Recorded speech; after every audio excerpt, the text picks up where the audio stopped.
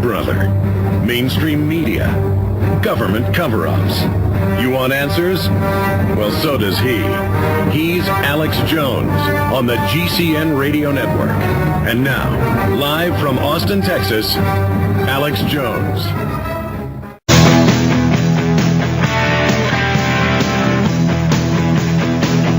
Final segment with Daniel Sunjata, known best for his starring roles in Rescue Me, a lot of other TV programs as well. Really nice guy, big guy, man. He's like 7 feet tall. Nice guy to meet in person.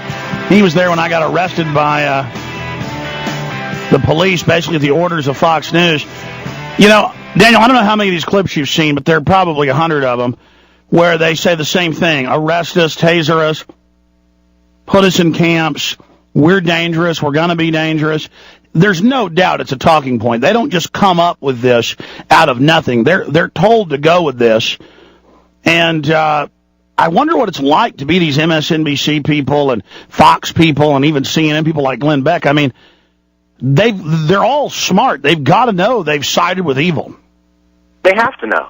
They have to know, and I don't understand how they can look themselves in the mirror, how they can sleep at night. I mean, look, I can't even be on Rescue Me representing firefighters and know what I know and not speak out. For them to intentionally put out lies, for them to intentionally put out disinformation and misinformation, knowing where this country is headed, I mean, I don't know what kind of deals they've signed with the devil, but these people, I mean, they've got some serious answering to do to their creator when their lives are said and done. That's all. That's one thing I know for sure. And just let me say, Alex, you know, I remember the night that you got arrested while we were protesting, and we peacefully marched over. I'm going to say Luke Rudkowski and the We Are Change crew in New York City.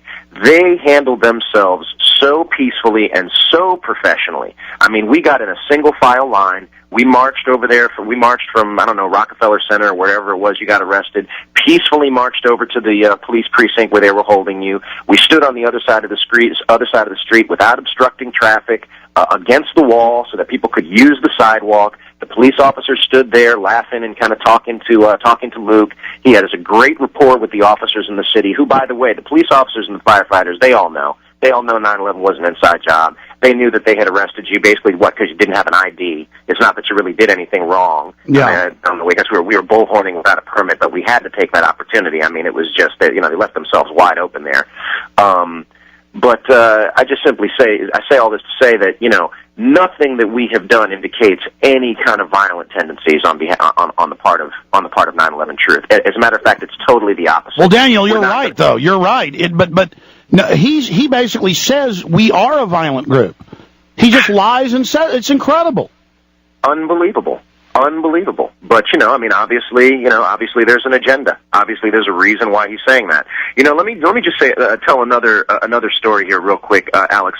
Recently I did a play with Jennifer Garner and Kevin Kline on Broadway called Cyrano de Bergerac, and I was being interviewed by the New York Times. It was ostensibly about my participation in the play. I wore an Investigate 9/11 T-shirt during the interview, hoping that the interviewer would take the bait and ask me about the T-shirt, and she did. It just so happened she was informed about my views on 9/11, and we ended up spending about 45 minutes of an hour-and-a-half interview talking specifically about 9/11. I made sure that I spoke in a way that they could not edit me into obscurity. I made good points. I gave references. She was engaged in the conversation, and I got the impression that she was enjoying the conversation that we were having. And lo and behold, wouldn't you know, the interview got killed. And I know it wasn't, yes, there was a strike on Broadway at that time. That's when Broadway went dark for about 3 weeks, and so our show was down. That's the excuse that the New York Times gave for killing the article. But my intuition tells me, and I just know, that the reason why they killed that interview was because of the 9/11 content that was in the interview and the fact that I didn't speak in a stumbling, stupid way about it. I spoke like somebody who was informed, who had done their homework, and they couldn't, as I said before, edit me into obscurity, and so they just chose to kill the article. Well, that brings me to the next point. I hope they would take the bait and maybe have you on one of these Fox News shows to debate them. Oh, I'd be happy to. I'd be happy to. They certainly could choose. You know what? Yes, I wish they would take the bait, thinking that they could get a stupid actor to come on TV that they could make look stupid, make look dumb like the... Well, you're anything but stupid, so...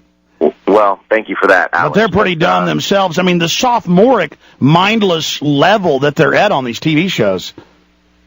It really is. I mean, they're speaking to the lowest common denominator. They're really just not. There's nothing mind expanding about about the news that they choose to report. They'd much rather focus on Britney Spears getting out of a limo without any panties on. Meanwhile, they're ignoring former FBI and CIA officials who are saying 9/11 was an inside job, or we need to have a real investigation. I mean, come on. How can you even compare the newsworthiness of those two stories? Daniel, do you have a personal website or a place people can just go check out your thoughts by themselves? I don't yet, Alex, but I'm going to get on that. I do have my domain names reserved, and I'm going to go ahead and build websites. And it's not going to be any kind of a shrine to Daniel Sunjata. I'll tell you that. You'd probably be hard pressed to find anything about me personally, but I'm going to definitely. I'm going to try to make. I'm going to use Wars as my model. Well, thank you, Daniel. Daniel, let me get you back up in the near future and not just once a year. I want to talk to you soon again, okay? Sure, man. Thank you for having me on, Alex. Oh, thank you for your courage, and thanks for marching with us. We'll be right back.